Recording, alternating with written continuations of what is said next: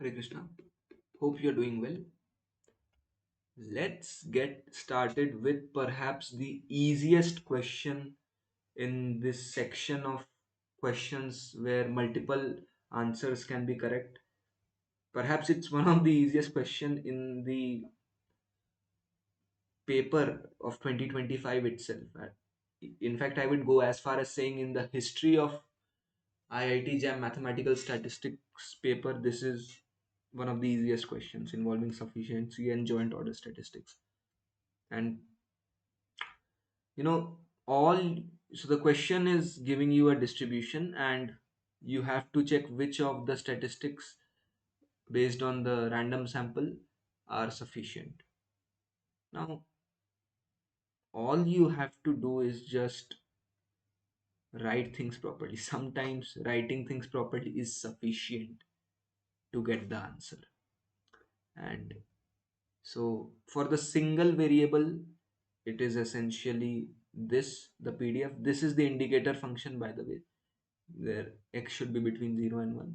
And when we extend it to the entire sample, it becomes this function, and this essentially becomes a product of indicators.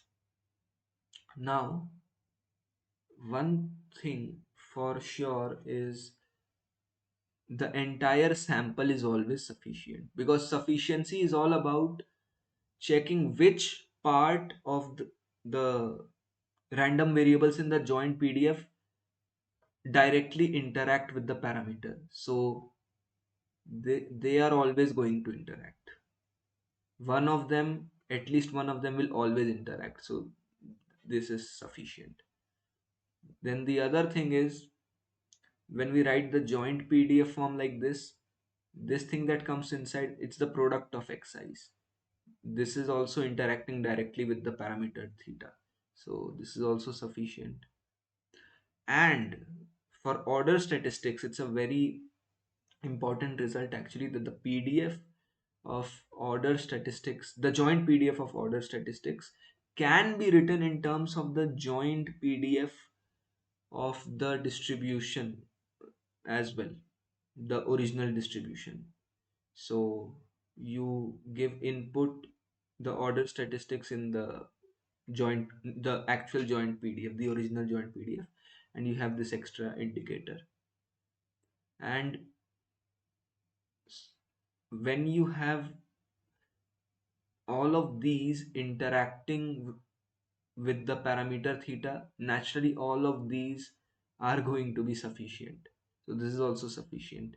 The only thing that's not sufficient is summation xi, and that's also sort of easy to see, because we don't see this x1 up till xn directly interacting with the parameter over here.